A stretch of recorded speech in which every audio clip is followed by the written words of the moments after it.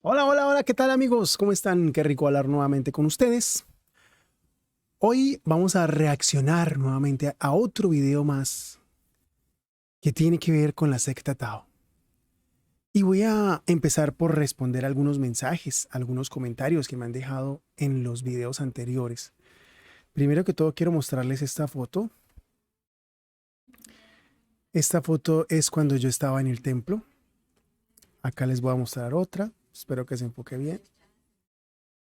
Era un miembro, practicaba artes marciales, vegetariano, delgado. Obviamente ahora pues estoy con más peso porque han pasado muchos años ya. Es que utilizan, digamos, mi imagen o que porque uso gafas o que porque estoy de pronto gordo para atacarme y pues yo no le veo ningún problema. O sea, porque uso gafas o porque tengo sobrepeso, eso hace que yo no sea una persona, un ser humano. O sea, ¿por qué enfocarse o reparar tanto el aspecto personal y lo físico, lo material, si se supone que son personas espirituales, los defensores de esa secta, los miembros de esa secta, ese señor, el líder de esa secta, se supone que son personas espirituales, porque tienen que estar reparándose tanto en lo material y juzgando, criticando, recriminando y reprochando y cayéndole encima a alguien porque de pronto no se ve con una figura estilizada y perfecta? Entonces, pues ahí nomás con esos comentarios que dejan los miembros de la secta en contra, pues, de que se les hable y trate de esclarecer esas cosas ocultas que a lo mejor ellos no saben o que a lo mejor sí saben, pero se niegan a aceptarlas, porque yo conozco miembros de esa secta que saben de todas las cochinadas que hacía este señor Luis Gustavo Morales Sierra. Han hablado con las niñas que ya empezaron a hablar y a decir que habían sido violadas por ese señor y sin embargo no creen. O sea, saben de las hijas, de las hermanas Porras, saben de Paola, saben de varias niñas, pues que en esa época eran niñas, pero que ahora ya son grandes, ya tienen sus 30, sus 32, 34. Entonces, pues obviamente que ya no son niñas, pero están hablando hasta ahora, porque es que hay muchas personas o muchas niñas o niños que han sido violados y no dicen, no cuentan.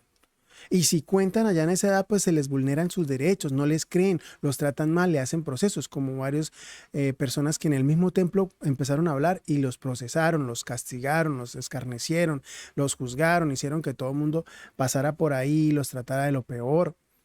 Más adelante, en un video que haremos en el futuro, vamos a hablar del caso de Edwin Serna, que fue un señor que trabajó con este señor Kelly, que era músico, que según él le robó 80 millones, se cree que fue mucho más, y era un señor que simplemente entró allá a las bodegas y se dio cuenta que habían toneles, o sea, unos barriles gigantes llenos de dinero, y empezó a tener acceso a esos dineros. Y este señor Kelly Zeus, que se la daba de clarividente, que se la daba de saberlo todo y ser capaz de tener control y absoluto conocimiento de todo lo que hacía la gente a su alrededor, pues el muchacho Serna, de apellido Serna, según ellos, le robó dinero y él no se dio cuenta. Ese día del proceso de Serna, este señor Luis Gustavo Morales Sierra, Kelly Zeus, estaba totalmente iracundo cuando se dio cuenta de que este muchacho Serna le había robado dinero, ¿sí? Y eso condenó a un montón de gente. Incluso a la mamá de este muchacho Serna le dijo que si quería que le cortara las líneas de conexión de familia con su hijo. Y la señora, como era taoísta, dijo, sí, maestro, córteme, córteme la línea. O sea, una mamá nunca va a dejar de ser su mamá, nunca va a dejar de ser su hijo. Y por su religión y por su fanatismo decirle, sí, córteme, yo no quiero saber más nada de mi hijo. Y eso procesaron a un montón de personas por ese proceso de Serna, que en este caso fue de robo. En este caso vamos a hablar de otro proceso. Vamos a reaccionar a un video que está en el canal que se llama Prohibido Olvidar de YouTube. Es un canal que han hecho, según me cuentan, desde el mismo templo Vegetal Sacro Aquarius algunos monjes, pero quien presenta, el presentador del programa es el Mahatma Uski. Resulta que estos son miembros allá de esa secta y él va por varias partes preguntándole a varios miembros antiguos de la secta, pues vivencias, supuestas experiencias, cosas que cuando las personas empiezan a contar son extremadamente desquiciadas, locas e increíbles. increíbles, imposibles, de verdad imposibles de creer. Son unas cosas muy locas. Pero dentro de todo eso, pues yo me he tomado el trabajo de analizar, de ver esos videos. Son muy pesados. El que quiera verlos, pues puede. Por ejemplo, este video dura 1 hora 37 minutos con 19 segundos. Pero este no es el único, porque esta señora, que es una tal maestra Austarinka de Ecuador, tiene 6 videos de más de 1 hora ahí en ese canal, donde solo cuenta vivencias y vivencias y vivencias y vivencias. Este es el tercero, este es el número 3, vivencias, tercera entrega, prohibido olvidar, vivencias con Kelium Zeus y Samael. Y me voy a enfocar en una sola partecita, no los voy a aburrir con poniéndoles todo el video para que lo escuchemos, porque como les digo es muy pesado.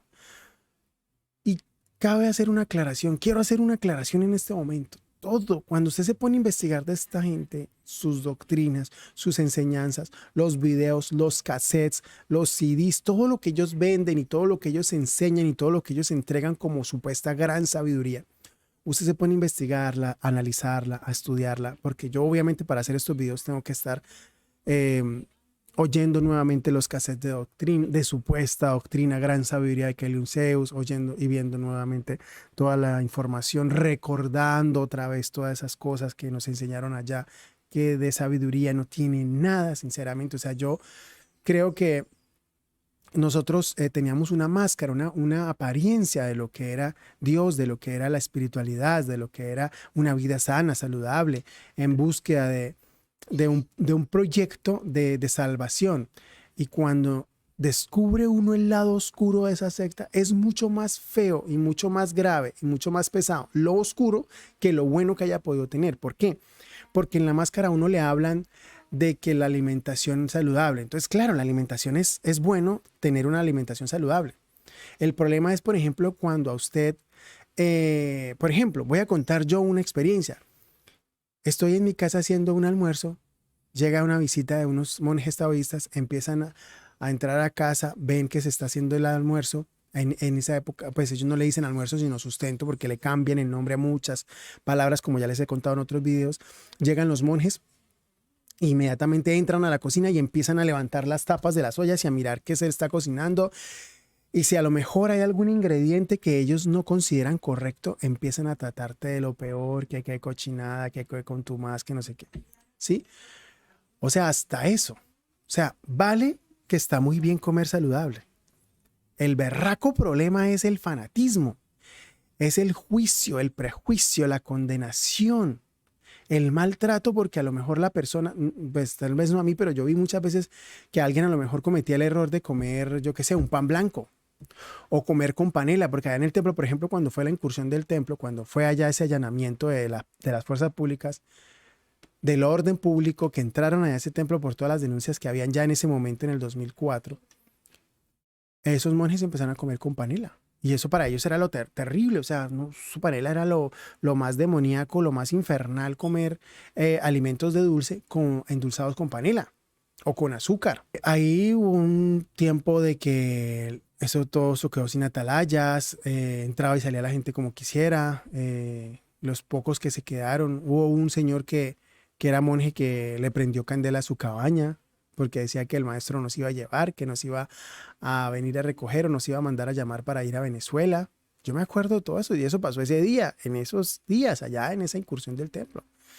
Muchos niños que estaban allá metidos, que no podían salir después de la incursión del templo, esa fue su salvación para poderse escapar de allá y para poder salir de allá. Entonces no salieron porque les tocara, salieron porque ya estaban desesperados. Esa fue su salvación, porque estaban allá en contra de su voluntad, porque los papás los tenían allá en contra de su voluntad. ¿Y saben por qué en contra de su voluntad? Porque a lo mejor el viejo Kelium ya no estaba visible, pero habían monjes, vecinos, cercanos, que los violaban, los abusaban a esas niñas. Por eso querían irse. Yo conozco casos de niñas que tuvieron que salir despavoridas del templo, escapándose, caminando por entre un bosque muy espeso y muy pantanoso hasta llegar a la carretera y poderse ir. Y esto no es algo muy bonito, muy agradable.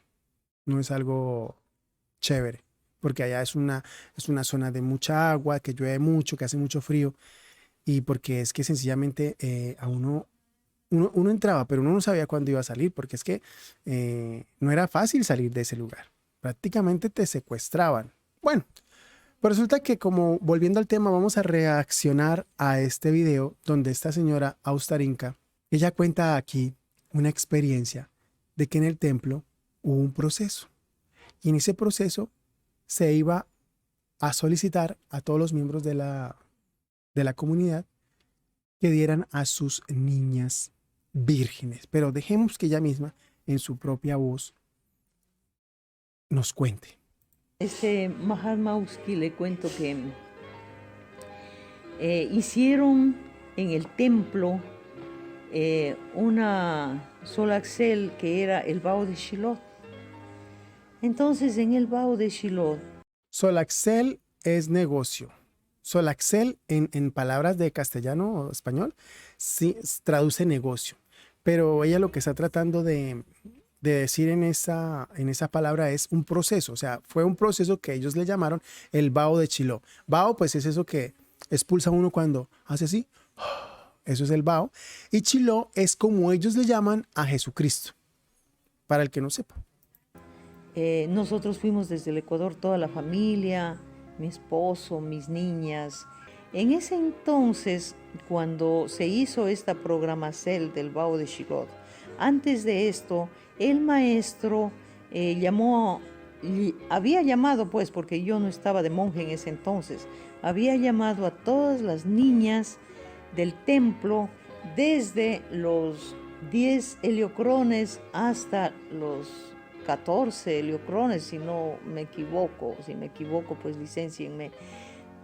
Llamaba a todas las doncellas para así escoger y que representen al maestro en el ritual del Bao de Shiloh.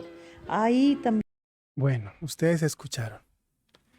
Mandó a llamar a todas las niñas, a todos los miembros de la secta que tuvieran niñas entre los 10 y 14 años, que fueran doncellas. Había una gran fijación, a pesar de que muchos miembros de la secta no se dieran cuenta, había una gran fijación por el temita de la virginidad de las niñas. Entonces, a quienes les llaman doncellas son a niñas que no han tenido relaciones sexuales, por lo tanto son vírgenes. Muchas niñas entre los 10 y los 14 años, o incluso desde antes, ya las iban preparando y les preguntaban, tan pronto llegaban allá, así fueran de visitantes, así fueran miembros o así fueran aspirantes a monjes, les iban preguntando disimuladamente, tal vez no en el momento de la entrada, sino tal vez después, si era virgen o no. Ese dato era importantísimo para ese señor Kelly. ¿Por qué razón era tan importante el detalle de la virginidad? ¿Por qué le daban tanta importancia a la virginidad? Muchos taoístas de las ciudades, o sea, miembros de la secta, pero que viven en la ciudad, porque están esparcidos por todas partes. Hasta me acabo de enterar que hay taoístas en Canadá, en Estados Unidos, o sea, están regados por todas partes.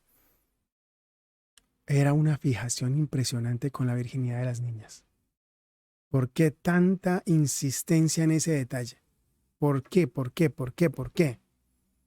Pregunto yo y les pido que se pregunten ustedes. ¿Por qué llamar a doncellas? ¿No será que las iba ya clasificando para saber quiénes eran?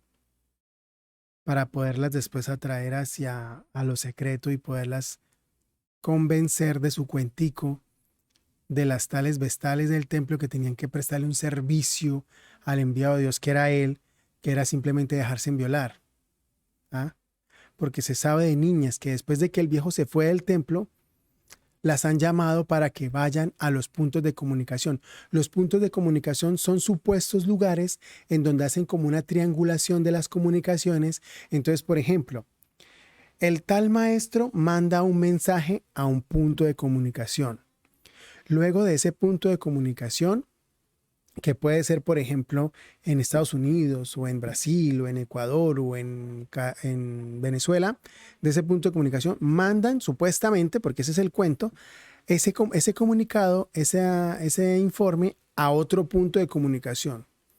Después de allí, ese informe o esa llamada o como se llame, la mandan a otro punto de comunicación o directamente al Templo Vegetal Sacro Aquarius y de ahí sale la doctrina por los fonos, sale la doctrina por la voz del Tao, sale la doctrina, supuestas enseñanzas de los maestros, de los enviados, de los Elohines o como ellos les quieran llamar, hacia el público en general. Entonces son varios puntos de comunicación. Se sabe de muchas niñas que las llamaban, mandaban a llamar o las enviaban a esos puntos de comunicación secretos, porque como ellos viven en un halo de complejo de persecución, ellos todo el tiempo piensan que los van a matar y que los están persiguiendo y que los están persiguiendo.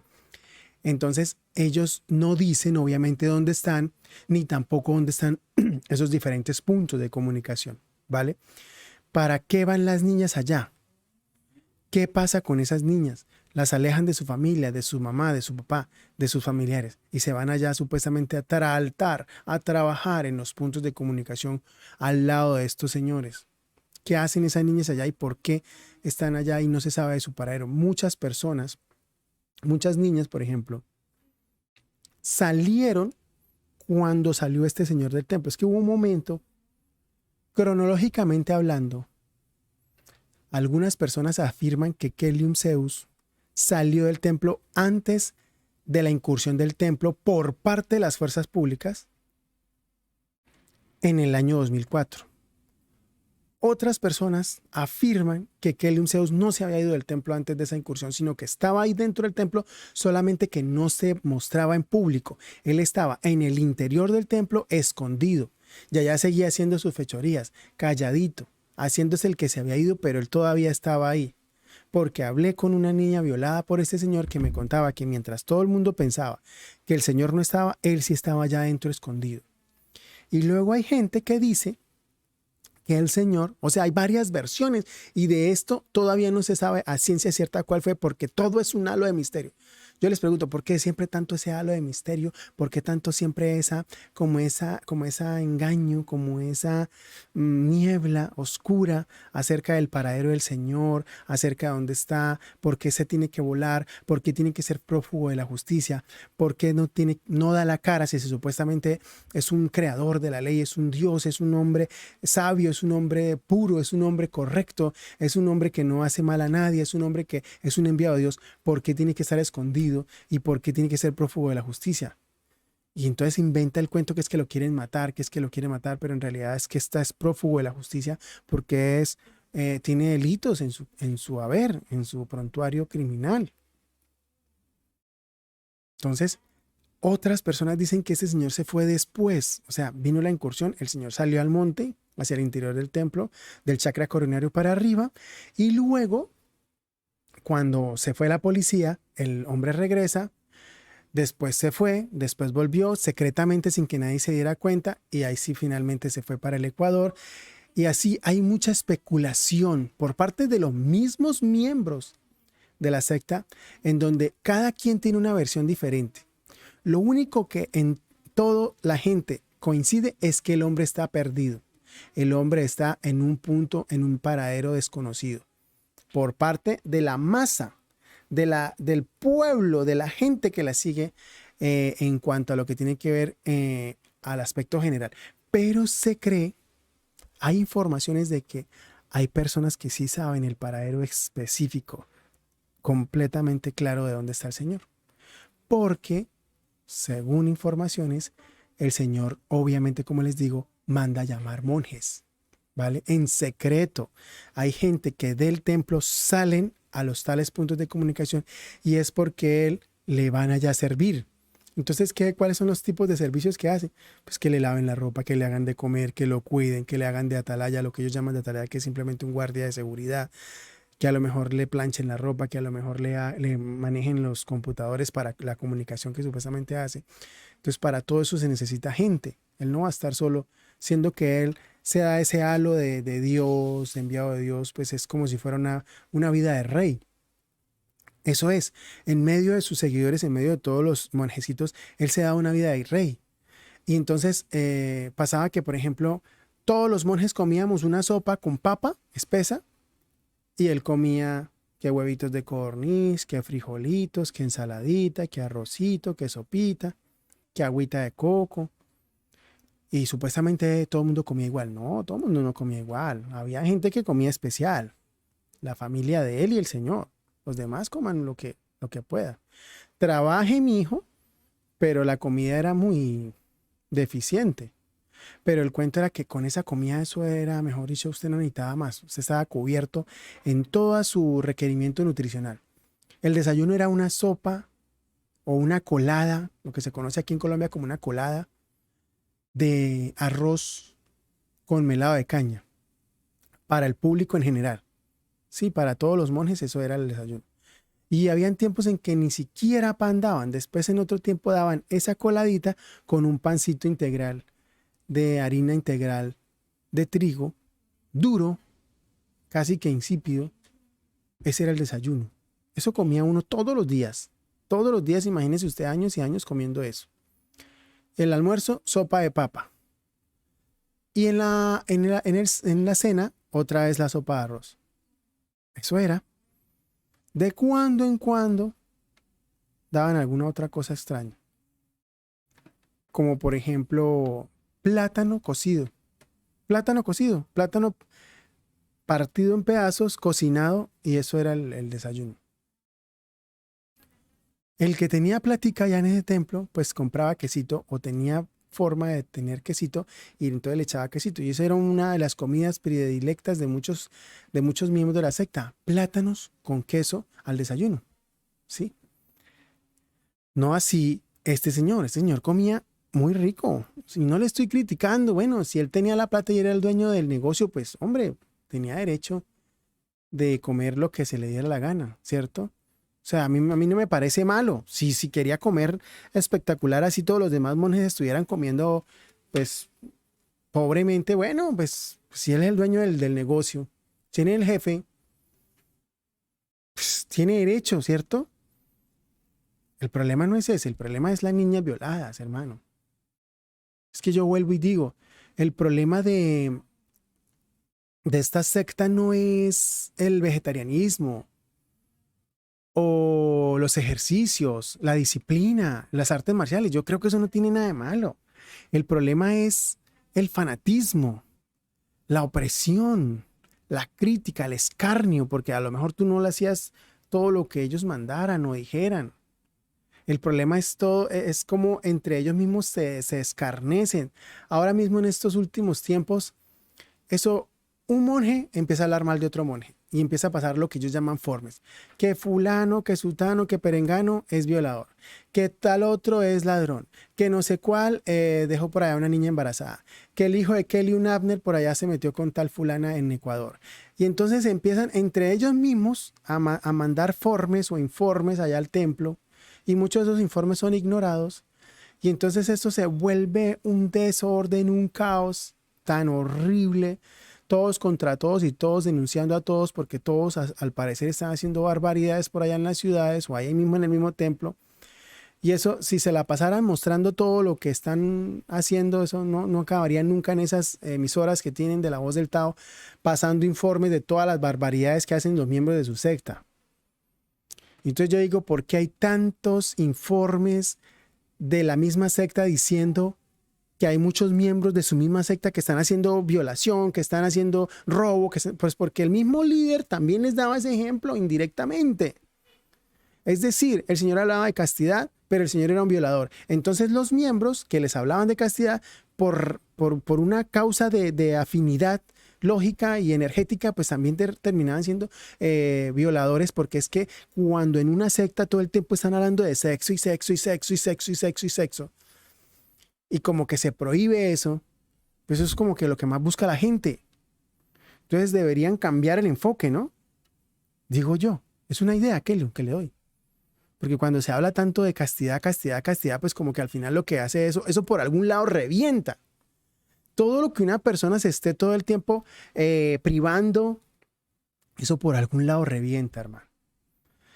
Uno tiene como ser humano que tiene que tener formas de sacar afuera eso que uno retiene o reprime. Y obviamente las formas tienen que ser saludables, tanto para mí como para los demás, porque si la forma en que usted saca lo que usted se reprime es violando niñas, pues claro que lo que está haciendo es haciéndole daño a los demás y eso es un delito, hermano. ¿Ve? Ese es el problema del fanatismo. Ese es el problema de llevar a los extremos las cosas. continuemos escuchando a esta señora de su experiencia. Entonces, para escoger a las niñas, se reunieron todas las niñas y me llegó un mensaje acá al Ecuador de que si podía llevar a la niña a Hadia para ver si pasa la prueba y podía ser una doncella y servir en la obra que se iba a realizar en Benevidio. Escuchen. Le llamaron a la señora que vivía en Ecuador. El templo de ellos queda en Santander, Colombia, a varios cientos de kilómetros de donde vive la señora, porque la señora vive en Ecuador, o sea, vive en otro país. Y no tuvieron más nada que hacer sino llamar a la señora y decirle, oiga, ¿será que usted puede traer a su hija Hadia desde allá, desde Ecuador hasta aquí, hasta el templo? Eso vale plata. Y los pasajes no son baratos, eso vale plata. O sea, hacer eso que hizo esa señora de ir desde allá, desde Ecuador, hasta el templo a llevar a su hija, a llevarle a su hija virgen hasta allá a ellos. Eso es un despropósito. O sea, no solamente con las niñas que están ahí mismo en el templo. O sea, no habían suficientes doncellas en el templo para hacer ese trabajo o ese proceso que estaban haciendo del tal Bao de Chiló. Tenían que llamar a otras niñas del templo. Ya las tienen, en mi opinión, ya las tienen controladas. Ya saben quién tiene hijas menores, quién tiene hijas vírgenes, quién tiene hijas entre 10 y 14 años. Y miren lo peor, los requisitos que tenía que cumplir la niña o las doncellas para entrar en ese proceso. Escuchen ustedes mismos con mucha atención. De toda la humanidad.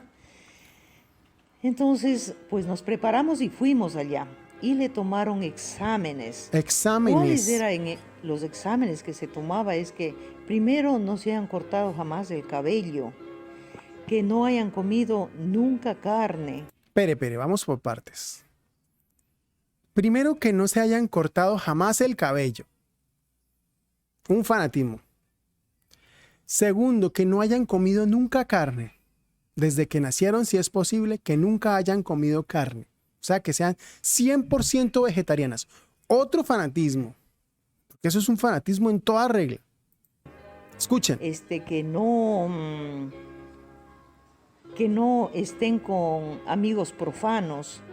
Que no tengan amigos profanos. Es decir, que no sean de esa secta. Cualquier niño que se le acerque, que no sea de esa secta, no puede tener relación de amistad con ningún niño, ni niña. Si es de fuera, o sea, ellos le llaman profanos a las personas que no son de su secta. Entonces, ojo, era uno de los requisitos que le estaban exigiendo a esa niña, que en ese momento, en ese instante, tenía 13 años. Que no tuviera amigos profanos. Dicho por su misma boca la señora. No me lo estoy inventando yo. Ahí lo está diciendo claritico. Nunca hayan entrado ni a escuela ni a colegio. Ojo, esto es grave. Que nunca hayan entrado ni a escuela ni a colegio. Eso es lo que enseñaba este señor. Que los niños no tocaba llevarlos ni a escuelas ni a colegios a estudiar. Tocaba enseñarles en la casa. ¿Por qué razón le interesaría a este señor que los niños que crecen y que se levantan en esa religión, en esa secta, no vayan a la escuela y al colegio? Que no vayan y estén en contacto con otros niños. ¿Por qué razón? Entonces, bueno, eso de los requisitos que me acuerdo, que no se coma las uñas, que no se coma el cabello, que tuviera toda la ropa marcada. Entonces, que no se coma las uñas, que no se coma el cabello, que tenga toda la ropa marcada. Yo hago una pregunta: ¿para qué carajos una persona que busca de Dios necesita tener toda su ropa marcada con su nombre o con su simbre? Sus calzoncillos, medias, camisetas, pantalones, chaquetas, gorros, sombreros, todo marcado con su nombre. ¿Eso de qué manera o de qué forma le ayuda a un ser humano a ser más espiritual o a ser mejor persona? Me pregunto yo. O sea, porque es que el Señor, cuando estaba Lucio era, como decían los monjes, cuando estaba luciférico, cuando estaba endemoniado. Entonces inventaba un proceso: vamos a revisar ropa, y el que no tuviera ropa marcada, todo el mundo para afuera. Y claro, los monjes, cuando ese señor los sacaba para afuera, se ponían muy tristes, se ponían muy mal, se ponían en realidad muy, muy mal por no tener la ropa marcada. Vale, está bien que es para que no se la roben, listo. Eso está muy bien. Pero podría ser una recomendación, oiga, le recomiendo, si usted va a venir acá a este templo, a este monasterio, marque su ropita para que no se la van a robar. Pero de ahí a que te castiguen por eso, eso ya es otra vaina, eso ya es diferente. Eso ya no es normal, ¿sí? Eso ya no es normal.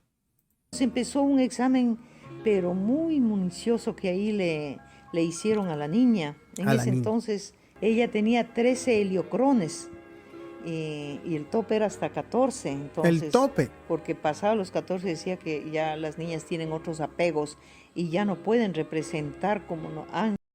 El tope era hasta 14. O sea, ¿por qué razón? Pregúntese usted allí que está viendo ese video y que de paso le agradezco por haber estado hasta este momento y escuchado lo que yo tengo que decir y la reacción a este video. ¿Por qué niñas tan jovencitas, menores de edad, entre esas edades, con tantos requisitos? ¿No será que ya las estaban planillando para saber cuáles eran aptas, perdón, para abusar de ellas? Pero esto hay que decirlo, porque estas cosas están ahí clariticas a los ojos de todo el mundo para que se dé cuenta. Esos requisitos tan locos, tan desequilibrados, tan esquizofrénicos, todas esas cosas. Espero que les haya gustado este video, espero que comenten, reaccionen, que no sea yo hablando solamente, sino que ustedes también dejen sus comentarios ahí abajo en el video. Suscríbanse, sigan esta página, este canal, para que podamos seguir compartiendo más información. Si usted quiere, a lo mejor usted fue miembro de esta secta y usted quiere contar su experiencia, aquí los micrófonos de este canal, de este programa están abiertos para que usted venga, nosotros lo entrevistamos, nos entrevistamos, hablamos. Si usted no quiere mostrar su cara por seguridad, porque ya sabemos que esta gente es peligrosa, puede llegar a ser peligroso mostrar su cara y además por el escarnio que le hacen a uno, entonces simplemente no muestra su rostro y nos habla, nos cuenta, nosotros hablaremos de lo que usted quiera contar, de sus experiencias de allá de ese lugar, para que muchas otras personas también escuchando esto, pues estén prevenidas. Como les digo, gente que a lo mejor quiere entrar a eso porque los están tratando de captar para la secta, pues ya no entren a esa vaina. Y gente que a lo mejor está ahí, que están engañados, pues se den cuenta de la verdad de estas personas, de estos líderes y de todo lo que está pasando allá en el interior de ese templo y de esas fuentes de sabiduría, supuestamente.